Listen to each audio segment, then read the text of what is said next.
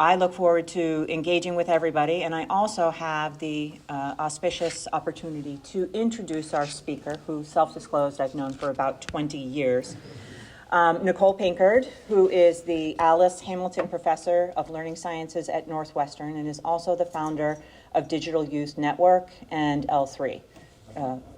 Being from Chicago, I can tell you a number of connections across the city have been enabled by Digital Youth Network. So thank you for that work, Nichole.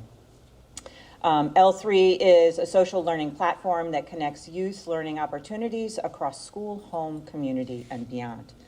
Through collaborations with the city agencies, Dr. Pinkard and the DYN Digital Youth Network has ignited new models for reimagining, visualizing, documenting learning spaces across the city through creation of existence proofs in urban contexts. Dr. Pinkard received the 2012 Common Sense Media Award for Outstanding Commitment to Creativity and Youth, the Jan Hawkins Award for Early Career Contributions to Humanistic Research and Scholarship in the Learning Technologies, and an NSF Early Career Fellowship. She earned her bachelor's degree in computer science from Stanford University, a master's degree from Northwestern, and a doctoral degree in learning sciences from Northwestern's School of Education and Social Policy.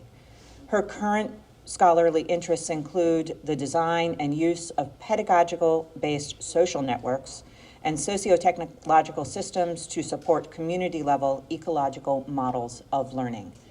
I can tell you about 20 years ago when I was first introduced to Dr. Pinkard's work, it was mind-changing.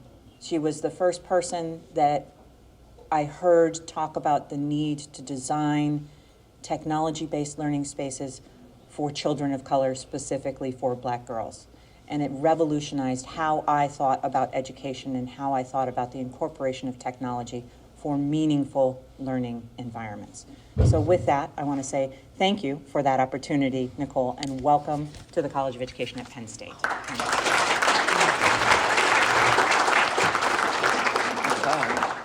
Can everyone hear me?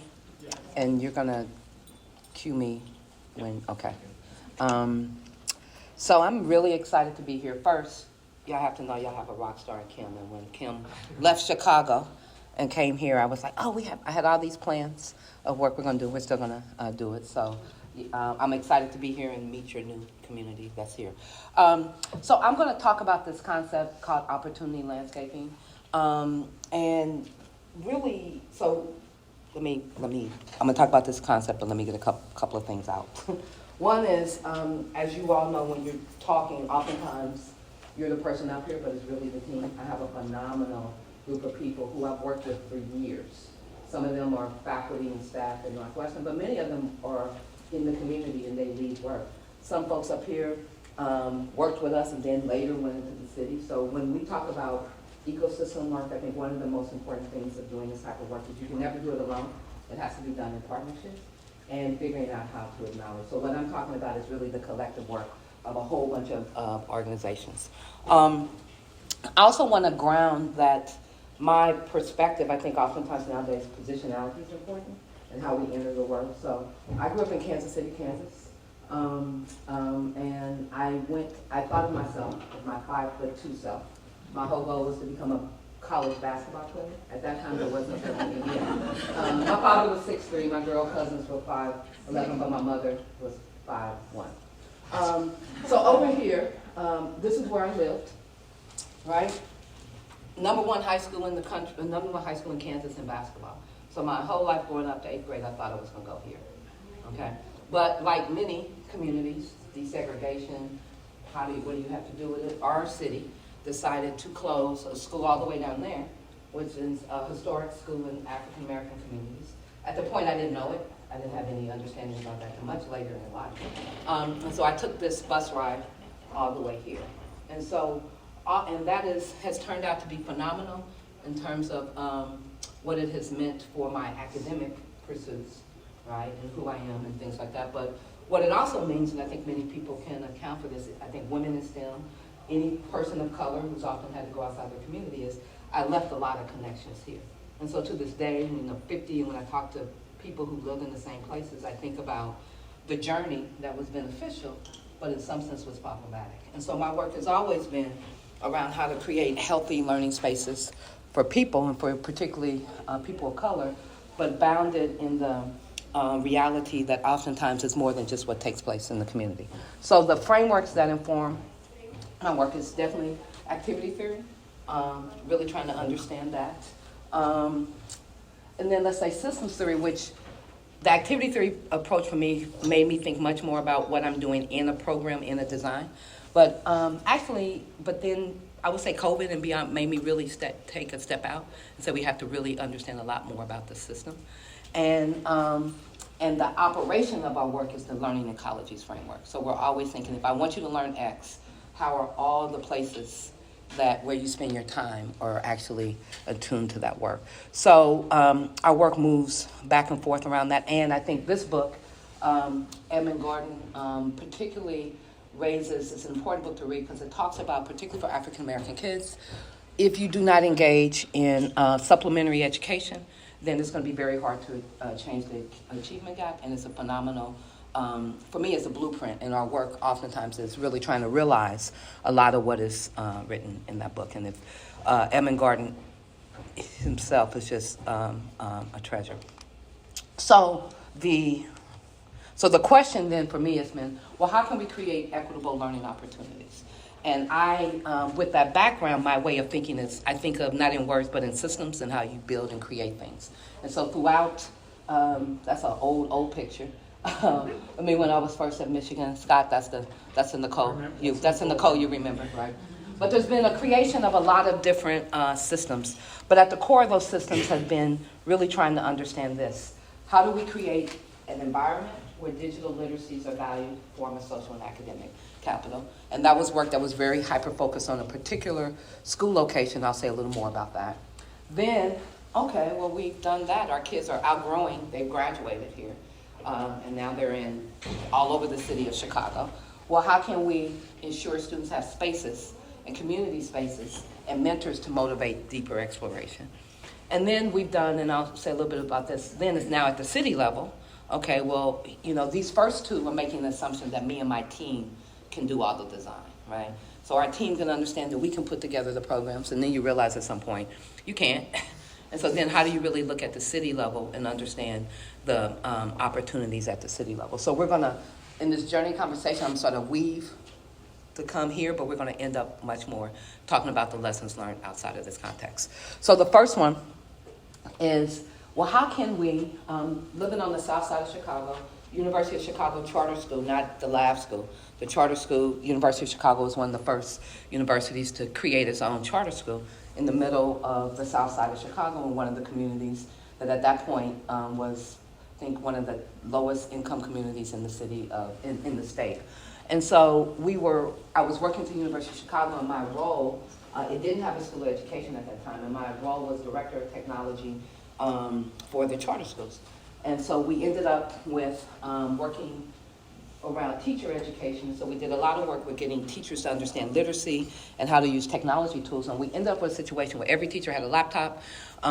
We had 2 laptop courts, and we moved the middle school to a building that didn't have an elevator. Right? And so all of a sudden, and it's important to sort of say these things because oftentimes we think research happens, someone just has this great idea and it happens, but oftentimes it's really being attuned to an environment and a situation.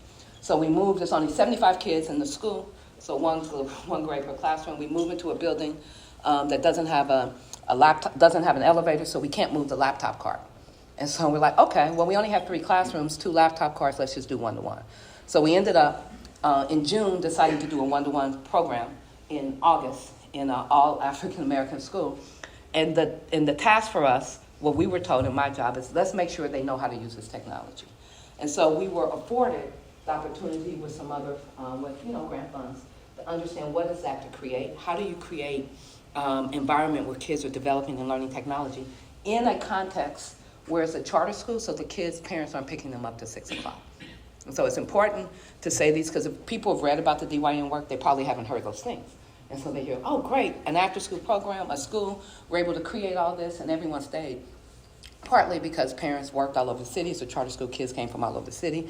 I got to work, I can't pick you up. So what we were able to do, we started with after-school programs, developing all this. Folks loved it. The school loved it. It went to a school day program, so now we have programs in the school day. And then what we did, the original thing is we created our own virtual space.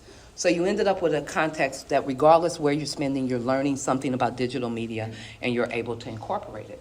And so that led to, we were partnering with Bridget Barron out of Stanford, and MacArthur had funded the ability for her to study what we were doing in comparison to some other work we were doing.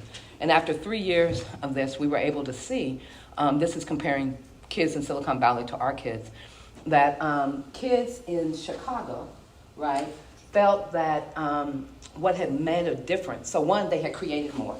So kids in Chicago were doing more in digital media than the kids in Silicon Valley, a drastic amount more. But their parents played different roles, right? But what you look here, the kids were saying this is how the community played different roles for us. And so we began to say, okay, it's possible if we think about the system to create similar opportunities, but we have to think about the resources are available. But what came out of this work that really stunned me was when we interviewed our parents, particularly our parents in Chicago, they said, I had no idea that my job was more than just taking them, dropping them off at school in this digital media space. I thought I'd, drop them off. Had you told me and had you worked with me, I would have played more of a role. So in our head, it's like, okay, the school can't only be the savior. We have to think about this. And so what it looks like, there you go. So what that experience, how do kids end up developing, kids on the South Side end up with more experiences? You think of, this is school, this is home, this is school, this is after school. And what we realized, the after school, what we were able to do in terms of the intentionality of programs, we began to see things being woven together. And up on top, you begin to see that there's a lot more people who have some technical expertise during the lives of kids. And so in some sense, the more mentors they have, the more motivations they have, and the more people who can motivate them to do things. So it wasn't so much the technology, it was the creation of bringing people in front of them. And so here's an example of a young man, Jalen, who is now, Jalen is, he's 31. And so you'll see it. So this is what he said at 12. When I grow up, I want to be a cartoonist, a video game maker, and an artist. Technically, they all come together. Why is he saying that? Because on one day, he's in digital music pod. Here he's in a scratch pod where he's creating his own game. And here he's in a US First Robotics, right? But because he's there every day, we only have certain, if I go back to that, you only have choices every day. So you can't choose to do music 5 days. You have to choose back and forth. So we created a space where he was moving back up between them, same interest. His interest didn't change, but different tools to figure out how to bring them together. So now Jalen is graduated from Columbia. He lives in New York. He makes films, music video films, but also he has he also does some digital simulation work, digital simulation work too. And so it would be great to say all of our kids came out as Jalen. They didn't, but many of our young people from that experience, although as they graduated, they went into Chicago, and what they constantly came back to us and said, we don't have a place to be. Right, so we had a community that valued this stuff. We were here at this middle school, but now, they went to all these high schools, and now they're in a place with a social capital about talking about your digital music, whatever is not a value social capital. So they kept coming back to us, and we did some other things, created something like UMedia. But really what we did is we said, okay, let's be much more intentional to understand interests. How do we think about, and this is if you understand the connected learning module, Mini, Ito, we all sort of came up with this and understand we had to be much more intentional about those connections. And at the same time, the city of Chicago was about to go on a teacher strike. We didn't quite, I think we knew it was a teacher strike. Let me be honest, we knew it was going to be a teacher strike. And the mayor's strategy was, hey, I hear y'all have this system, so can you at least give us a documentation of all the out-of-school opportunities that exist? Because in their mind, they're like, we're going to have a long strike. I need to know what's available so we can send families to there. So we created something called City of Learning, which is really a way to say, here's all the learning opportunities, informal, and find what you need. Let's badge it. Bad choice at that time to do it. To talk later about that. That was not a good decision. But we were able to document it, and our research told us that, well, once we had all those learning opportunities documented, one thing is every learning opportunity takes place at a location. And then Chicago has 77 neighborhoods with boundaries. So we were able to take all of those learning locations and put them into some maps and begin to see, well, let me understand opportunity here. Where's the equity of opportunity? And what we saw, and this has not changed, is you see sports, the darker the color means more opportunity, sports, arts, and coding, right? So as a city, if you say, and this is what our mayor was saying, I think every kid should graduate computer science. Computer science, we want to be the city where kids are learning computer science. But this is what we're seeing here, and this is there. What is it that you think about, and actually, and I'm come back to this, and this is a deeper dive into computer science. And if you looked at the opportunities here, so this is the map, at this time we were doing zip codes as opposed to census tracts.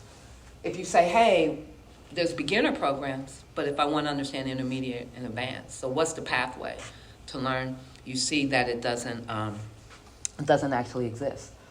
But with this representation, the interesting about it is no one had a conceptual understanding of how they thought opportunities were available in the city, right? And just curious, why might you think Chicago has all these sports opportunities? Anyone who's not from Chicago have an understand why you think we have all the sports and art? Structurally, what do you think we have? So Chicago is a city that has put a park in every single community. A park and library is in every single community of Chicago. You can walk to a park, right? So summer programs are all around what can you put at the park. So structurally, Chicago is designed to do parks. Arts can happen at those park locations, also happens in other locations, so there's the infrastructure for that. CS, at this point in time, the infrastructure isn't really there, right? And so it wasn't that there's an intentionality that we're saying that a city, we don't want to offer CS opportunities, but when it comes to say what are our summer plans, you're looking about the infrastructure that exists. And so this representation, we sort of stumbled into it, and it said, oh, wow, we're making visible this, so now let's begin to try to have a conversation and a language about this. And so for me, the concept of opportunity landscapes is simply this. Every community has a landscape. It just happens. Whether you intentionally think about it or not, every community historically has made decisions about how you value the placement of school, parks, libraries, community centers. And where those locate, transportation, are you a city with trains, buses, whatever that transportation system is, layered into policies of redlining, school assignment, you have today, you have a landscape of buildings and places and policies and people that oftentimes is historical, but we don't actually think about that, and I'll bring that back up in a second. And so for me, it's like, well, why are they difficult to visualize? Why don't we talk about these? And part of the challenges that we're trying to address are boundaries are largely human constructed. I don't know about y'all, but political boundaries are constantly changing. So we might live, so in Chicago we say 77 communities. Those communities have meaning to people, but there is no one responsible for a community. You hear Brownsville, Chicago, that might have 3 aldermen, two school networks, 3 park people. So there's every boundary. They're human and they really don't necessarily have owners. Historical federal policies such as redlining, New Deal era have lasting influence, but we don't actually talk about them anymore. Like I told you where I went to school, my school, why I went to school is because of what happened in response to Brown versus Board of Education. But that isn't a conversation around nowadays about, well, are those boundaries things we did then make sense for today? We just move in them, not necessarily thinking about the inefficiencies of them. Then we said like the civic boundaries overlap. Decision makers actually control their boundaries, right, but not outside of their boundaries. So again, if you're looking in one community, there might be 8 people who have decisions about learning in that space, but they're not connected at all to sort of facilitate those conversations. And then each community-based organization, when I'm running DYN, I'm making decisions for my organization inside of this. So in reality, we don't really understand or see these landscapes because there really is no one responsible to do them. But as researchers, the challenge is when you walk into research, we often don't have the positionality or the history of a place. And we're trying to do our work and not understanding that. Well, I didn't understand that until I was doing my work in Chicago, and then we moved I went back to Northwestern. Like, oh, Northwestern, that's just 30 minutes away. But I moved up there because I didn't want to do the Lakeshore Drive traffic. And crossing one street, which we think of Chicagoland, but Chicago to Evanston, completely changed all assumptions that we had about how to do this work. So the same programs, our Digital Divas, all the programs that we did in Chicago, they're like, oh, let's bring them up here, did not work in the way in which they were structured to work because the ecosystem was 100% different. And I'll say a little bit more about that. And so I bring this up. I don't know how many people understand the opportunity. So when I moved to Evanston, I was like, okay, let me understand what's going on in Evanston. There's this thing called the Opportunity Atlas, and it tells you everything you want to know about the communities. So you open it up, and but what it tells you is everything historical, why it tells you the impact of the infrastructure of a community, right? So based on the Opportunity Atlas there, you're going to see about health outcomes, economic outcomes, and things like that. So it tells you what happens, but it doesn't really tell you why.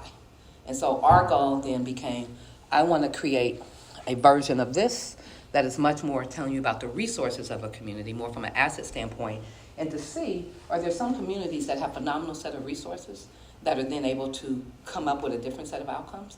It's just, I don't know if this, but this approach to me makes me think I wouldn't work in a community because all I can see is what's wrong with a community, not necessarily what are the assets there. So our goal then was to create something called Cities Learn, which is to work with cities and to allow them to sort of have their own data system where providers can get tools to deliver their programs, families can discover programs, and then young people can document the program. So if we could document all in one place, hopefully we could actually have our own representation of MAP that can allow us to understand what the resources are and then maybe cross-match between our Opportunity Atlas and the other Opportunity Atlas. And right now, these are the cities where we're partnering in: Chicago, Dallas, San Antonio, Tulsa, and EO3 is Evanston. And so each of them has their own version of this and are creating their own data. And what we see is their representations look very different because they have different policies. Like for Dallas, there aren't really public buses, so you're not going to see a kid do a program from one side of Dallas to the other side of Dallas. So when you look at their programs, they're replicated in different areas. But in Chicago, the assumption is if you really want to do coding, you're gonna get on a bus or a train and get to the other area. Okay, so in thinking about this, our framework for how do we then try to use what we know about cities and come up with a structure where we can lead to our outcomes of better expectations, better documentation of the work kids have done, know who the network of providers are, having curated pathways, but also have choice participation, and we say freedom of movement. I think one of the best things I got growing up is feeling that I can move around, the city. If you grow up in a suburb, you move. And when you move to a city, one of the things you realize oftentimes kids' movement is very much constrained because of fear. And so something might be there, but you're not gonna walk there. And so our job is to figure out how can we create the freedom so if I have an interest, I feel comfortable with being able to explore it. As we said, we started one with just documenting expectations, opportunities, and things like that. We're the information infrastructure, so our system is that. But what we realized later is how much we need to understand what's over here. So simply the components of that is a landscape has components of places. So just where are the places? Where are the physical buildings? Where are the locations where learning happens? What features do these places have? We just added that. So it's not just as a building, but 2 park districts can be very different. Do you have a field house? How many? Do you have lab science? So it's not just as a park or a library. What are the facilities that are inside that? If we want to teach cooking, do we have any instructional kitchens? So how do we get down to understanding the resources that are necessary to do the work? We did, many of us who did maker space, there was to get into maker work, there was how many years there went around building maker spaces because we knew we didn't have the facilities to do it. Who are the people? You will be surprised that most cities have no understanding who does out of school. There's no record. You do not have to get certified or even, I have to be, if I'm going to do everything else, you have to know who I am. No one has a record of who does out of school. So if you even want to communicate with all your out of school and the workers in the community, that doesn't exist. Opportunities, and then much more, what are the supports and barriers? So with taking that, we're able to do systems like this is every city we work with has a representation like this that takes their map, and then for any, you have the ability to say, I'm looking for what time of the year, things like that, in person, whatever, and begin to understand what are the opportunities, how are they allocated. This is just a simple one, just looking, so we see that, 92, there's a lot of 608 locations, but you can begin to see where they're located. All of the communities have it.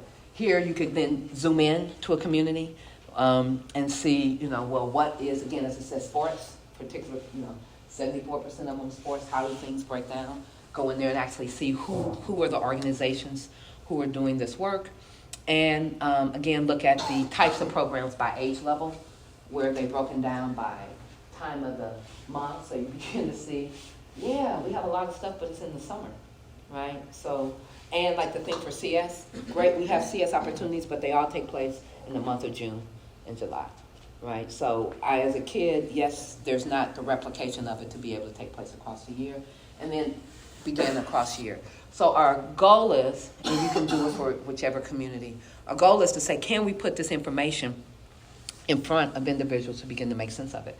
And so then one last representation that works here in the city. This is taking all that data and using some social network analysis. And I'm sorry, I geek out on these because when I first saw this, I'm like, what in the world is this? But the concept of modularity that says, let's take all this data and see what's common. And so in Chicago, when we take all of the Chicago data, this is what the map shows, right? And if you zoom in on it here, anyone knows anything about Chicago, this makes sense, right? The way Chicago is structured is all the money for out of school goes to Park District, After School Matters, Chicago Public Library. So anyone, for the most part, if you look at the out of school programming, people are connected into these particular entities. So if I say I want to bring people together to do something different, I can't do it if I'm not talking to ASM, if I'm not talking to Chicago Park District, or I'm talking to the library. That's where everything else does. Now, I'll show you another one later for Evanston, completely different, right? And be curious to see what one looks like here. And so seeing this, then we wanted to, talk to cities and leaders, say, is this what you want? Is this intentional? Because in Chicago, it looks like it's intentional. But then how are people understanding how to make sense of this? So we implemented a process, what we call a landscaping process, where, the first thing is just, can we just get the data, like figure out how to get the data? Second, can we get it and put it back in front of people and say, okay, is this really what community stakeholders, is this your understanding of what it is to make sure we're doing it right? And now this is the fun part. Then, well, how do we, if we have an understanding of it, how do we think about it in ways to do something different, right? Once you know, then let's figure out how to do it. And then let's see if we can get to the enacting change. So I'm going to show you a couple of examples of where we're in the model. We're a little bit in the model here, but I think we're much so there. So Austin community, not Austin, Texas, but Austin, Chicago is a community that is 28,000 kids going into the school district. And historically, it's been one of the most underperforming communities that's in Chicago. And so a lot of, if you've heard of, this is one of the communities where a lot of work has been hyper-focused on. We work in this community because we have partners there. It's not that, it's like you sort of work where your partners are. So there's an intentionality of saying, how do we hyper-focus on this area? So this, again, is the example of the partners. So take the platform, Cities Learn, L3. We've changed the name from L3 to Cities Learn. It's now Cities Learn.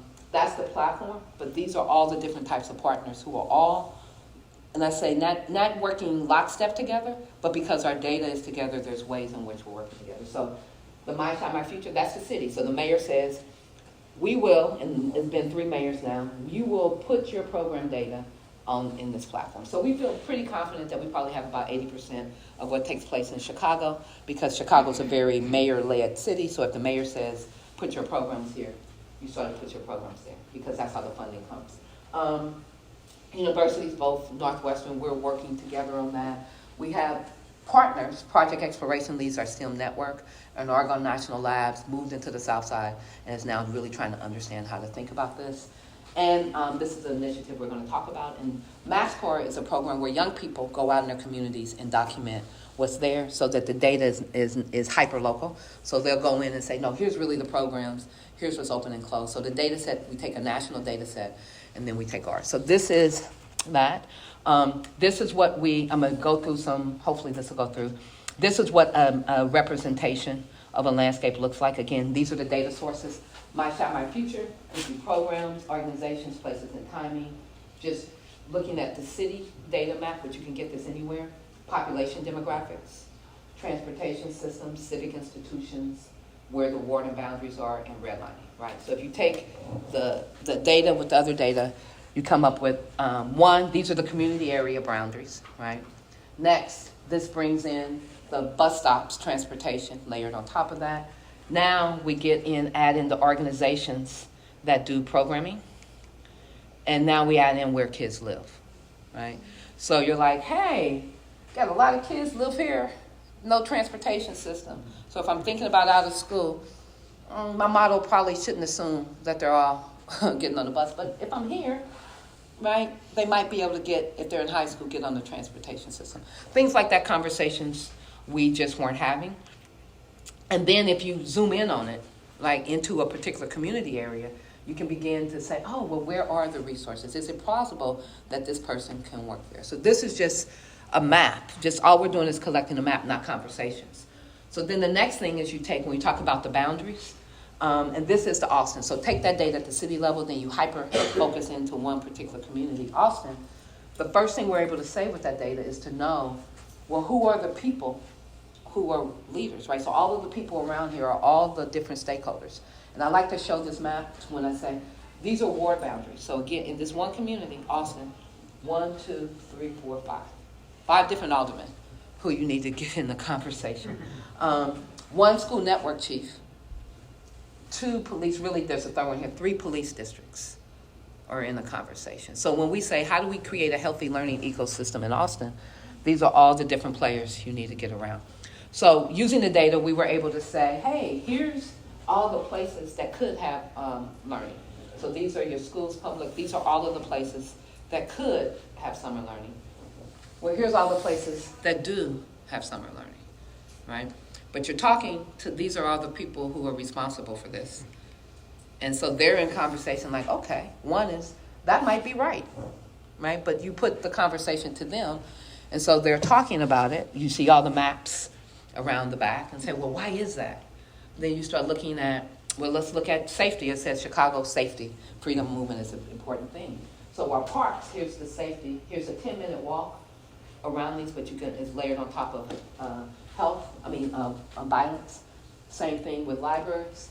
And then we look at our transportation system, right? So in the conversation, we're saying, well, how do we want kids to engage? We have to deal with the reality of our situation, and we see where our transportation system is. And these also are where all our parks and locations are.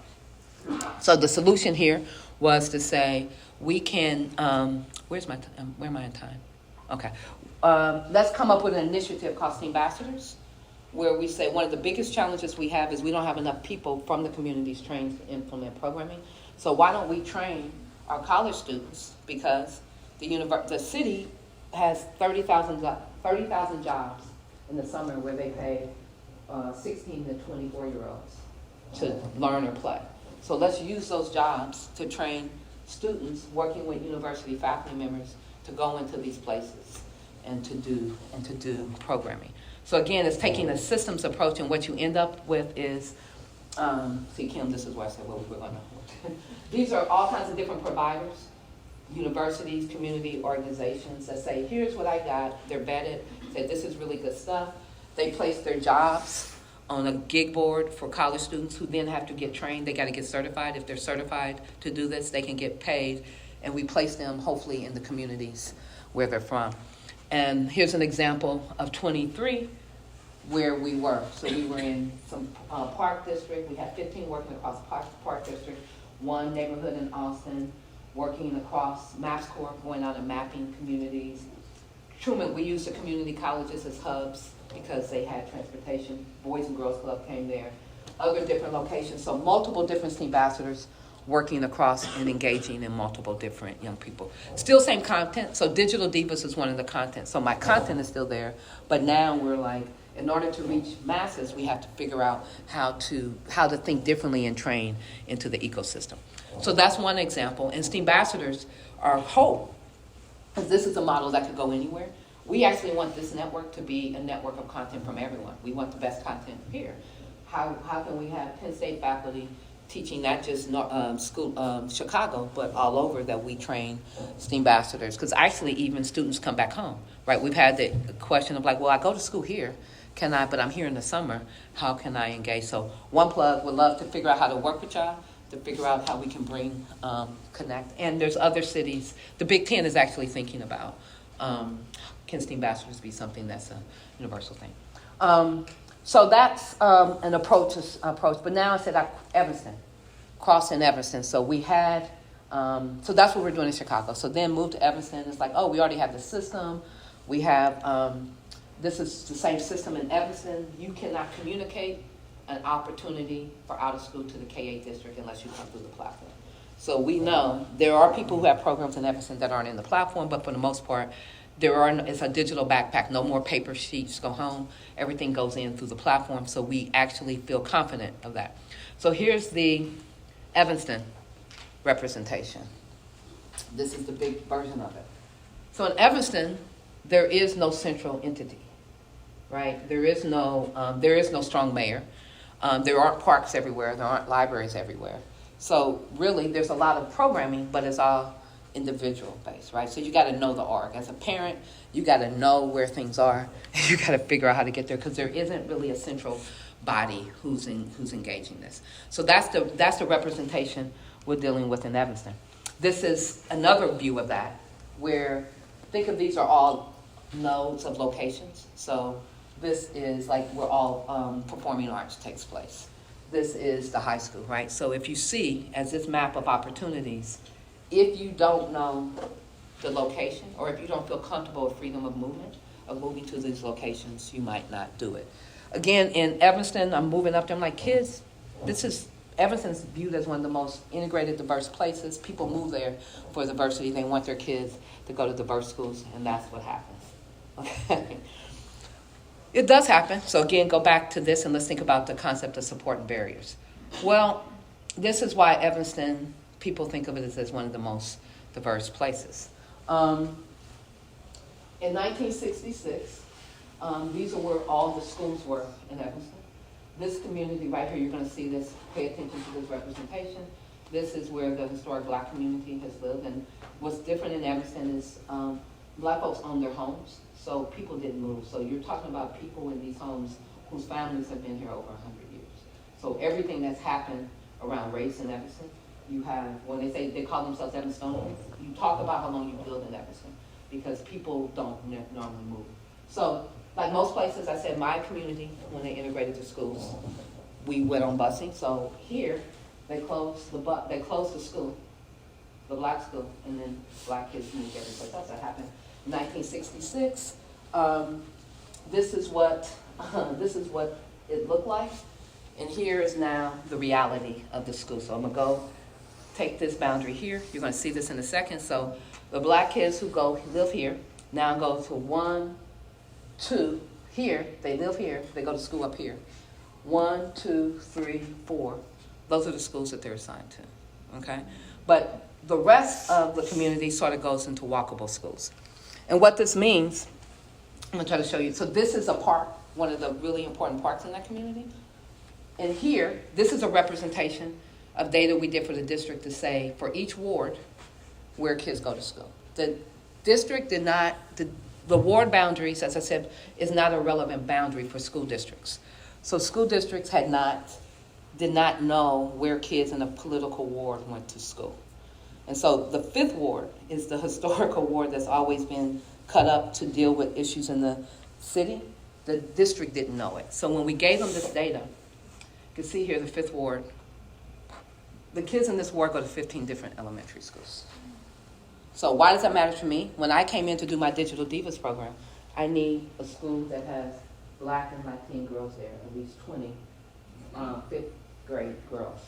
There was not a school in Evanston, despite having 30% population of black, and really 45% black and Latin, that had that. demographic.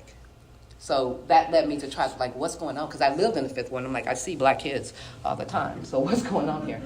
I'm like, okay, and I asked the school. They're like, no, they only go to these 4 schools, because these are the schools that they're assigned to. I'm like, no, that's not true. So doing the data analysis, because we, from an out-of-school lens, you think about where people live, political boundaries are probably more. We brought this to them. So a solution then was, oh, well, we have a lot of problems, because also with this, there's no late bus. So kids who go to those schools don't have a way to come back. So again, like talk about a landscape. So have programs, but my program model is highly informed or influenced by this. So our solution then was to say, okay, one of the things we need to do, and the last thing I'll say about this is that what was happening, because they have a K-5, then they have middle. So the kids, so this is going K-5. So all of the K-5 kids are going to 15 different schools, but they all end up in one middle school, right? With the kids who go to the 6th and 7th ward, right? So you have a school that is 30% black, 30% Latino, 30% white. But the black and Latino kids have gone to 15 different schools, and white kids have probably gone to 2, 3. So this middle school is just a hot mess, right? It's fighting when you get to school, after school, lunch, recess, anytime. But who's fighting? Black kids are fighting black kids, Latino kids are fighting black kids. It's not a cross, because they're trying to figure out who the king of the hill is in those particular communities. So we said what's needed is we need to spend the summer to try to bring kids together. So a design strategy was to take this park, right, and how do you turn, and this is the 5th ward here, how do we turn this park into a learning space?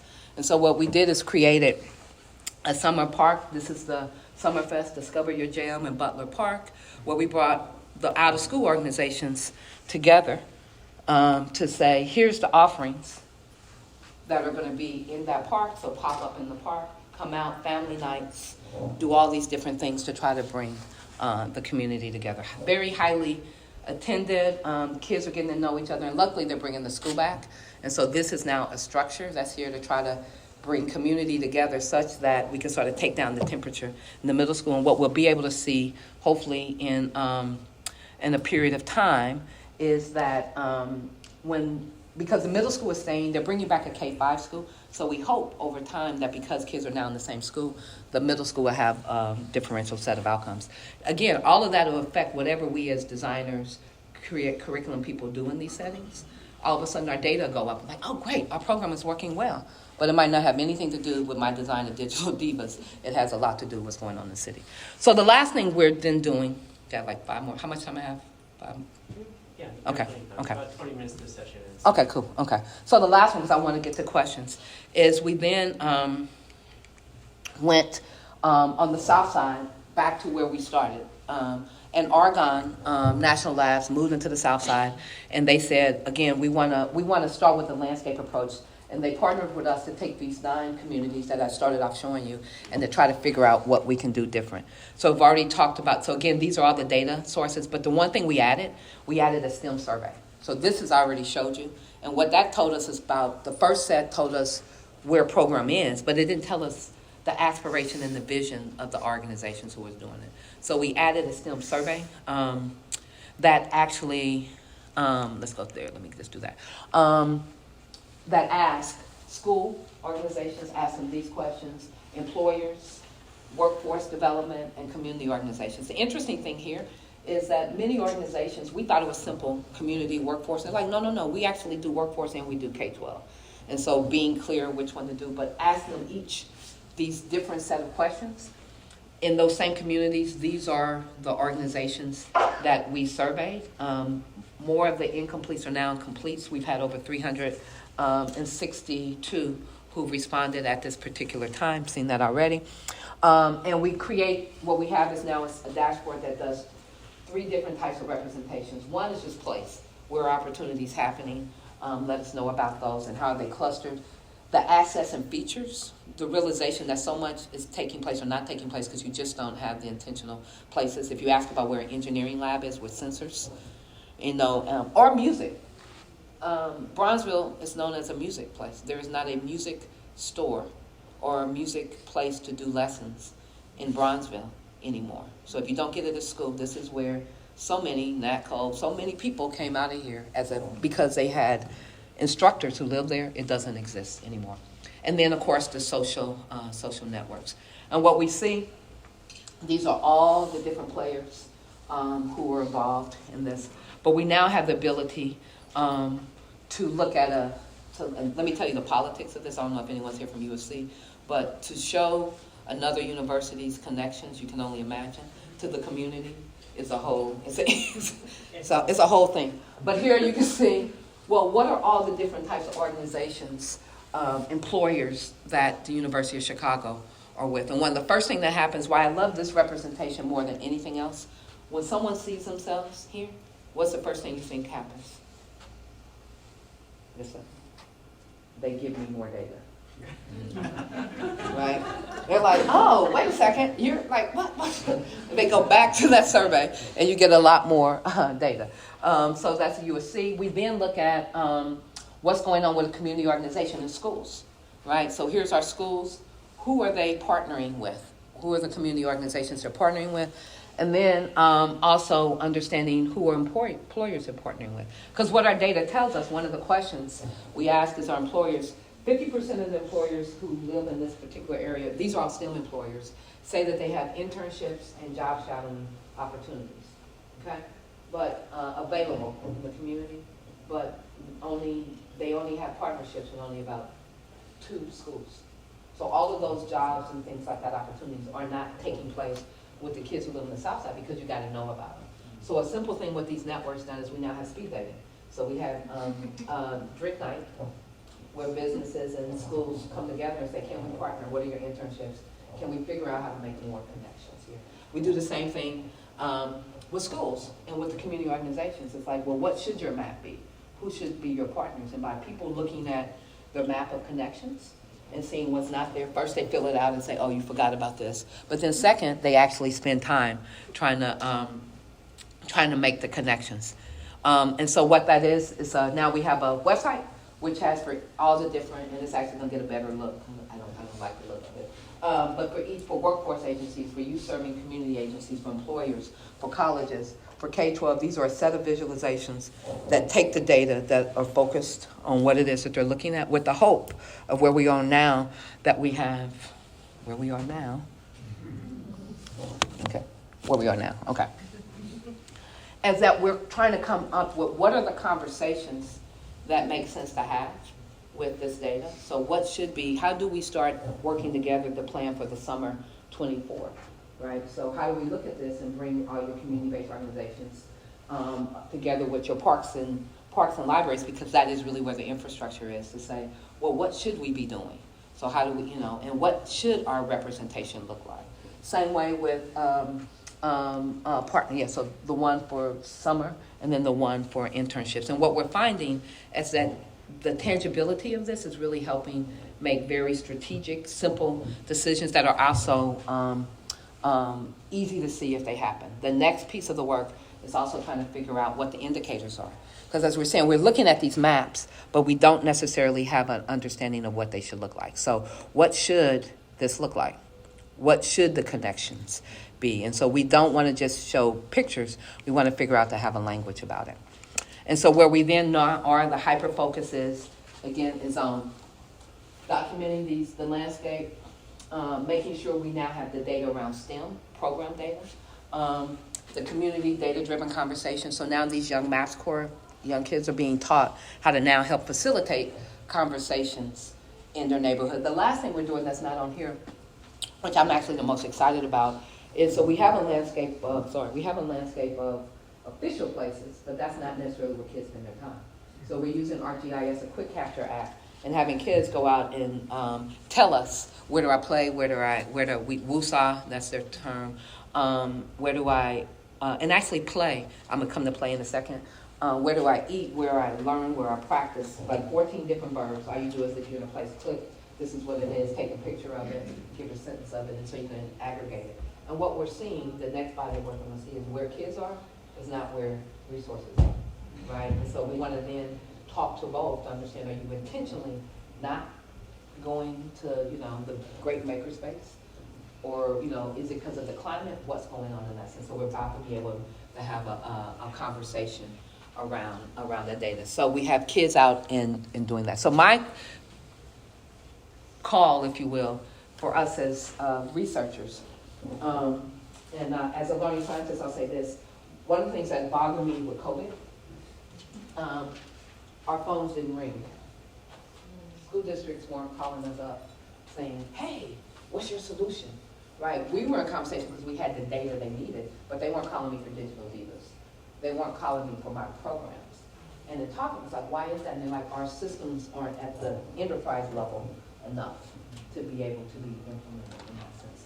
So part of why we're doing this Ambassadors initiative is because we do believe that we have to figure out this space between creating the things that we need, as academics, we create our content, but making sure we have the infrastructure to allow those things to be taken up by others. So, but in a way that is equitizing, right? Because it's easy, you can do things and then they're not. So what I'm calling for and trying to really figure out for the work is how do we try to think of this concept of landscapes and make use of it so that we first have to understand the infrastructure.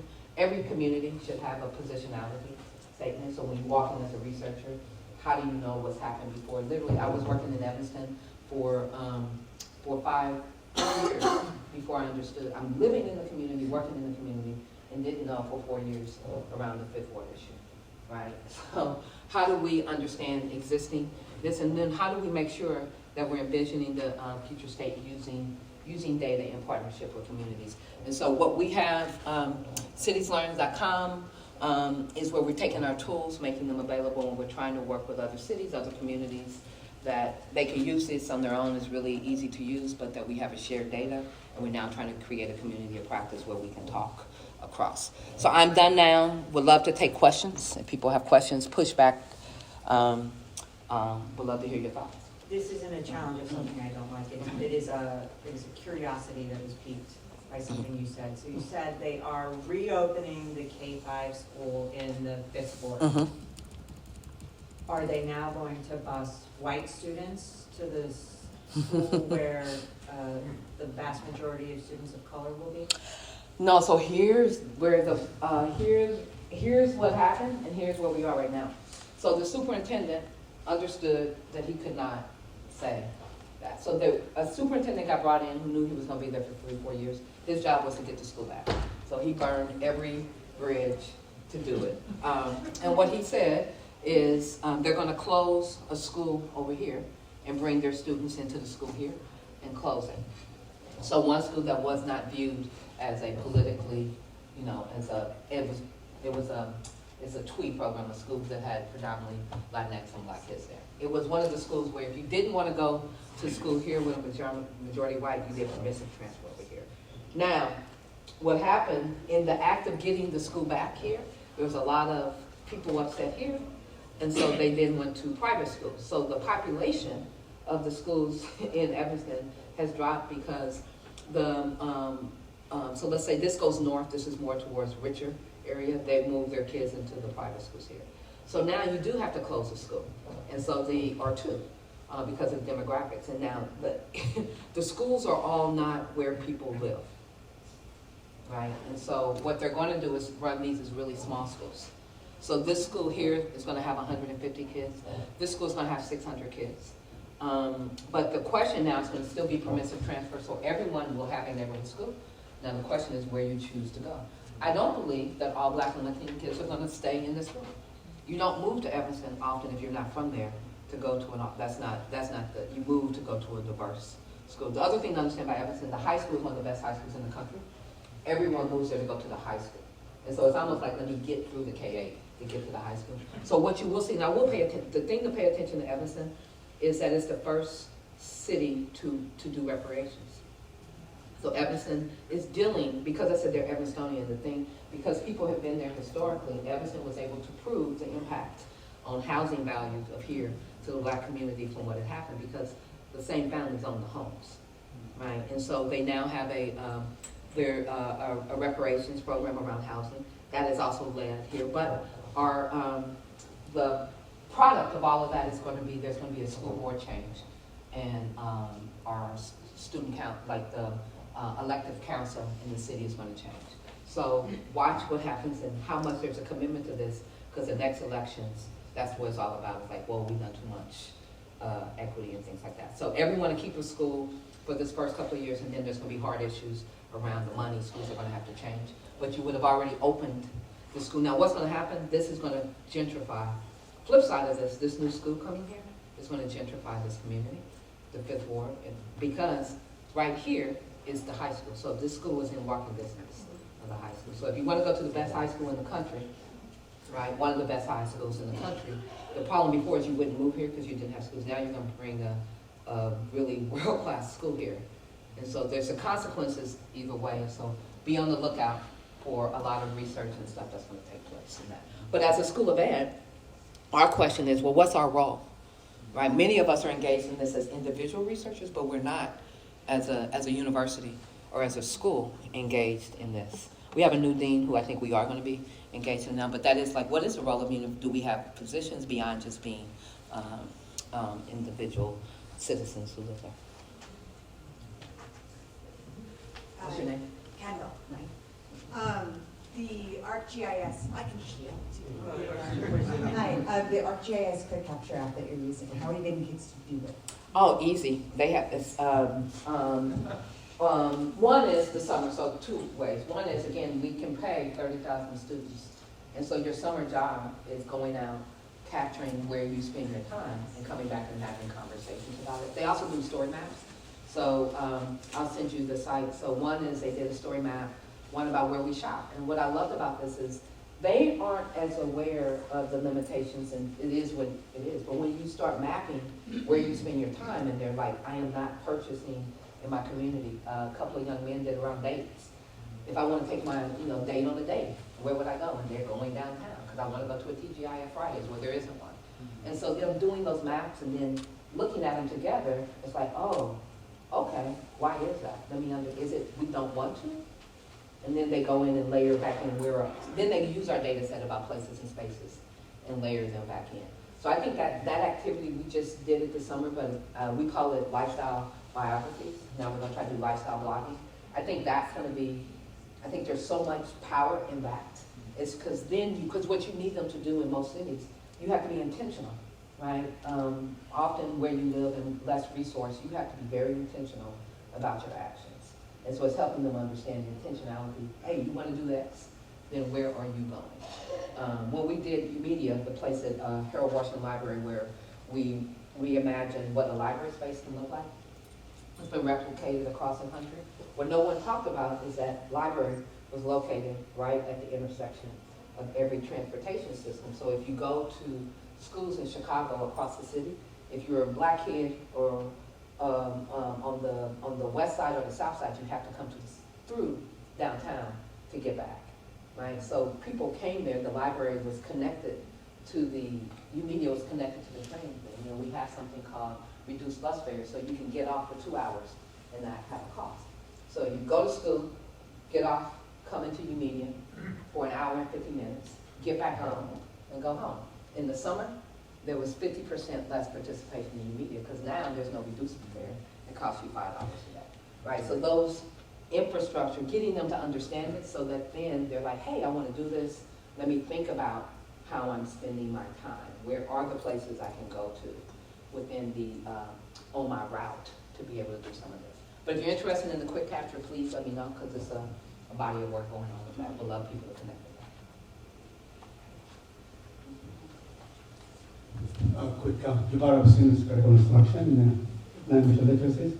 I'm coming from Michigan, and while following the program and the presentation, I was thinking of Detroit and Flint, Michigan, and I know how closer Detroit is to Chicago. So, while working there as a teacher in middle schools, I remember in September, the school district is offering the whole month of September to minimize the instruction, just to build a relationship between the students, just like what you mentioned in the presentation. I'm curious if you are moving with your program to include Detroit. So I started, Scott and I met and actually Detroit, the experience of living and working in Detroit while Ann Arbor really helped me understand this piece, right? So if you know anything about Detroit, one in them, there's no grocery store, there's everything is on the, and so infrastructure, as you move, if you move across different cities, you instantly see, I'm sure Kim, when you came here, it's like, it's just different. So Detroit, we work with Wolverine Pathways out of University of Michigan, led by Carla O'Connor, who when I came to Michigan really sort of helped me there. But it's a different structure because the way Michigan, that structure is very much about getting kids into being eligible to go to Michigan. So it doesn't have as much freedom and flexibility for like the playfulness. It's much more take this course. And so we're trying to figure out working with the Park District. Someone from Chicago just went to the Park District there. So our next bit of work, to be honest, is trying to figure out community partners. We can't be the people, I've done that before, what I will not do anymore, is be the person who goes into other people's communities and tries to launch something. So we're like, hey, we're gonna go through the STEM networks, the ties led by ties, and work with their STEM networks to figure out how to replicate this in their communities. Because when we do it, we leave out and then it doesn't persist. Yes. Hi, I'm Jen. You were also talking about and thinking about the community partners who are going in and talking with them. Mhm. You had mentioned that you had lived in Evanston for 4 or 5 years before you even heard about and started to understand this history of how these boundaries have changed over Mhm. time and that sort of thing. Mhm. One, how did you go about learning that? And two, what recommendations would you have for someone trying to learn more about that unwritten history? Yeah, so for me, literally, I lived here. So I lived so I work where I live. So the thing is, I gotta live in the place to know the people and you know, so we moved up there. And I also brought my 7th grade nieces because they lived on the west side of Chicago. And I'm like, this would be perfect, come here. And I understood it because of their troubles getting to that middle school. I'm like, it's nothing but fights. So I understood it was a problem because I'm living in the community. And for me, when I was doing the Divas, so when I came into the Divas program, there was no places, we just did it differently. So we had a solution without understanding the root of the problem. So we were able to do the program for 2 years. And then it's like, no, I really need to understand this problem. And so because we had a partnership with the district, I had all the data on kids. And so they gave us permission to geocode it against the war. So had we not been doing the EO3 in the school, we wouldn't have had access to the data to do it. Because we did it, that gave me the understanding. So I didn't know I was going to get that graph. I had no idea what was going to come on. I just knew something was going on. And for the work we did in the city, we always used the ward. So school boundaries, I didn't use school boundaries in Chicago. I always used ward or political boundaries. So I was like, why can't I do it here? So that's sort of how it came about. So now what we do, these maps are publicly available. We have an organization called Evanston, which is a STEM network. And so they see these maps and they see where their organization is. And so there's a conversation that is taking place in that network. And so one of the things that just came out, the city passed, we did participatory budgeting in Evanston, and the second highest proposal that won $700,000 was to incentivize participation in the network of programs for under-resourced families. So pay for camps, and then for high schoolers, as they do participate in these things, they'll get points. And if they get points, they can turn it in for gift cards or experiences and things like that. So the decision there is we don't need more programs. Evanston has enough programs. We need to figure out working with families and organizations to make these programs successful. So that, what I love about that model, I didn't create that model. That was parents who have been Divas parents for years who would work with us and seen this. It was a community proposal. So much so that people kept sending us saying, congratulations. Like, we didn't write the proposal. But it was for them because we had made visible to them the infrastructure. They're like, no, we can do this. We know there's a list of stuff. Let's figure out how to incentivize it. So organizations have to agree in order to have their organization on this new page, they have to agree for equity that they're going to make certain slots available. And in that sense, you're not going to want to be an organization in Evanston that's not there. So we'll see. Let's see in 2 years. It's 2-year guarantee funding. Let's see what happens. Thank you, Nichole. And I'll be around. I'll be around. I have one more quick Yes. question, and I just want to mention that Nichole will be here throughout the day, as graciously as we speak with us. So let's get one more question here up front, and then we will go around at our breaks and during our sessions and during our lunch hour for questions. We'll call this a perk of being a dean. My question is, so all of your work is in urban areas, right? This is decidedly not an urban area, and so I'm curious, a little bit of context here. We have a consolidated school district, state college area school district that obviously pulls from the community that has a very large, strange attractor in it known as Penn State. And then it also pulls from collar districts that tends to be significantly more rural, significantly more white, lower socioeconomic, much more highly conservative, one might say very conservative. And just thinking about, in your prediction, what do you think it would look like if we mapped this community and the opportunities in this general region using this system? What would be your prediction of the patterns you would find? And what would be your recommendation? Because we do have racialized issues, ethnic issues, gender issues, language issues in our school district. They're not only caused by these different political boundaries. So one, I would say that why I believe that visualizing these landscapes are important, because it takes some of the feeling out of it and into the data. So in Evanston, people just didn't know. And so when you tell, if I had brought up in the politics of school board, right, it was a really rough school board. Having people own, okay, my school is diverse because kids go on 15 different buses, right? So everyone had to sit with that, right, and decide, are you okay with that? And if you're okay with it, are you willing to come to a meeting and stand up in the school board meeting and say, I'm okay with kids going to 15 different schools so that my school can stay diverse? Literally, that's what, because before it wasn't visualized. You didn't know that. It's like, I feel that this isn't fair. So I think the visualizing of it allows for communities to make their stand on what matters to them. And it's going to be what it is, right? Evanston could have easily said, nope, let's keep it. But then you know what the reality is in there. And people were saying, you have a representation of the ecosystem. So what I would suspect, which we have seen, if I think about in Kansas, you'll see, you might have spaces everywhere, but then you have to get the participation data to know who's there, right? And so you might layer on top of that a safety. How often do you go here? So you do need some participation data because you might have the infrastructure, but that doesn't mean that infrastructure is used by everyone. So first is, do you have the infrastructure to do what it is that you want? Do you have transportation that allows it? And then it's like, well, how is it being used? And it's those use patterns that actually, I think, lead to, we found common ground to have conversation, right? And to say, and I think there are going to be people on the extreme who are going to say, I don't care. And then there's going to be on all the extremes, but I think you end up with more middle ground of people saying, yeah, I want this for my kid, but I also don't think that's fair for someone else's kid. But if you don't give some representation to have that conversation around, it's a feeling conversation. And it's around the other thing we did, which I think in Cheryl Cashin, she's a lawyer out of Georgetown. And her argument is, I don't have to talk about race. I can just use census tract. Because America has always done, there's a book called Black Hood, White Space.